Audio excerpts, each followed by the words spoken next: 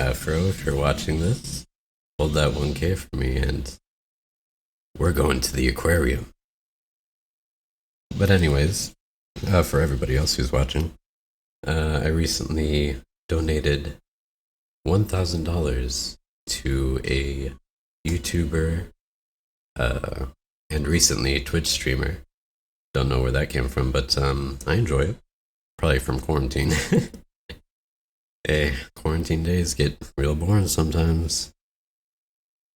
That's why I started my YouTube channel during quarantine too. Man, crazy time, but I think a lot of good things actually happened because of it. A lot of people started reevaluating their lives. But anyways, let's get away from all that deep stuff. So for this donation, I had a few ideas of how I wanted to do it. One of the ideas was to just ban gifting 5 subs and then spam that like 150 or so times, however many that adds up to 1,000. But I decided against that because I'd have to click like 200 buttons to do that. It'd take forever, and it's a little bit unnecessary. And then like the stream would just like freeze because I don't know. I just didn't want to do something that grabbed too much attention, which is why I dipped when I donated, because I accidentally did this, but I accidentally just displayed the very essence of my personality to the chat, because if you'll ask like any of my friends or anything, they'd say that's such a me thing to do. Just drop 1K and then just dip. Because I'm not like a very formal person. Everything I do is like fairly, how do I say this? Trolly. I am a troll. I'm the biggest troll you'll ever meet. Even in like personal relationships, I will troll the fuck out of you, and you won't even see it coming. But I'm like the good kind of troll. Like, here's $1,000. I'm gonna go. Have fun dealing with those emotions. In a recent VOD, well, semi-recent, it was like last week, I saw Slasher say that he's waiting for Afro to be at his most vulnerable in order to send a donation. So I was like, okay, I gotta combo with this guy. It just has to happen. So, yesterday, it was yesterday, I do work third shift, so days get kind of weird. I just decided to go through with it and dip and then just see what happens later. And that went amazing. A bunch of people from chat actually whispered me, like, come back, Afro's looking for you. So when I came back, I was really confused because chat was spamming he's here. And I'm just like, what the fuck is going on? What did I walk into? And then Afro just stopped the stream. I was like, what the fuck is happening right now? I was so confused. I'm like, geez, Afro, it's only 1K, just chill out. And then we talked. He was pausing because I was sending him messages through Whisper, and that sort of like stamina broke him a little bit. But I didn't want to hold up the stream like I sort of did. But hey, chat seemed like they were enjoying themselves, and the social link 10 dialogue killed me. Whoever started that, you're a genius. It just worked out really well. And then there was just that whole meme of Afro worrying about when I was going to come back, and that's amazing. I like accidentally built lore for the stream. So it was an accident. It was an accidental, ginormous troll that is very like me and also worked out great. So all in all, it's like a major success. It's all about that spontaneous creativity I've been trying to build up. Um, yeah, it's just sort of taken me aback. Um, Anybody who has found my channel from my Twitter, uh, just know that you were not supposed to find this YouTube channel. uh, but thank you for subscribing if you did. Uh, Recently, um, one of my friends said that I had better put the podcast and why the second one didn't go up this week on my Twitter. And I was like, but I only have like 30 follows on Twitter. My Twitter is pretty much dead because I don't really post on Twitter like that. And he said, you better do it anyways. So I was like, okay, maybe you got a point. I do have like 30 followers still. So maybe that'll get me some new viewership or something. So I did it, not realizing Afro would shout me out on Twitter. And then by the time I realized it, people were already saying in chat that they subscribed to me on YouTube.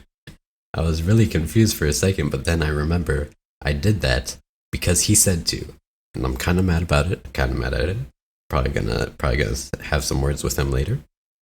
But what's done is done.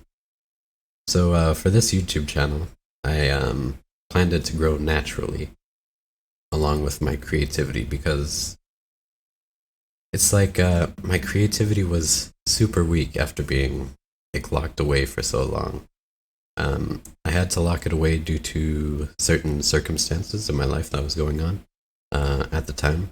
Pretty much my entire childhood up to when I left the house.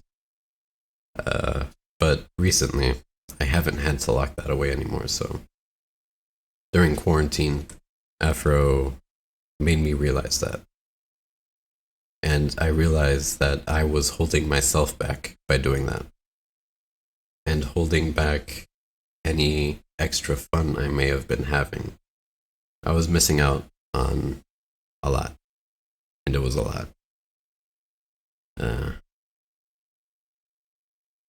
Damn, I'm about to cry. But I intended this YouTube channel to grow like naturally as I got better and better at like commentary and such.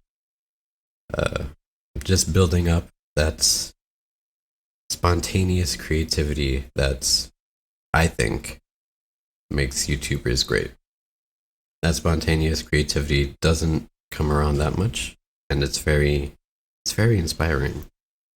Like they can just come up with stuff just on the spot like that. That's crazy to me. But to anybody who did find me and subscribe through that, thank you. But don't go like mass advertising this. I just sort of want this channel to grow on its own and get the subscribers when I deserve the subscribers, when I'm doing more interesting things, when my commentary gets better, when I'm just better at this, pretty much, because I'm not that great right now. A couple weeks ago, I got Dragon Ball FighterZ, and Afro just announced the tournament he's going to be hosting, so I'm definitely going to be participating in that. But I'm not that good at Dragon Ball FighterZ. I've got a friend who's going to get it like tomorrow. And then I think I'm just gonna stream it on like Twitch of just us fighting each other over and over again until we get better. He's probably still gonna kick my ass because I'm fairly new to fighting games. My neutral is ass. Like I played one game of ranked, well, 2 games because I rematched the same person, but they just destroyed me. Like my neutral game is doo-doo. It's the absolute worst. I just can't do anything. But these past 2 weeks that I did have Dragon Ball FighterZ, I've been practicing my combo game in practice mode, And they also did the story to get Android 21. But then they dropped the update where you could just buy her. So I was super mad that I wasted all that time in story mode. It was like a good week when I could have just bought her with in-game currency. That's sort of a bummer, but at least I got to practice my combo game after. So my combo game is sort of there, as you'll see in the gameplay going right now. But it's not quite there yet. It's like too inconsistent. And on top of that, how am I going to even land a combo if my neutral game is ass? So yeah, tune in on my Twitch for streams like that during this weekend. I'll be streaming in the evening into the late night because we're both like up late. I do work third shift, so it is sort of my job to be up all night. But I have Fridays through Sundays, then I go back to work on Monday nights. So it's a pretty long weekend for me. I've got a lot of time to practice and a lot to improve on, both on this channel and in fighters. But anyways, thank you for sticking around with me for this sort of explanation sort of video. Yeah,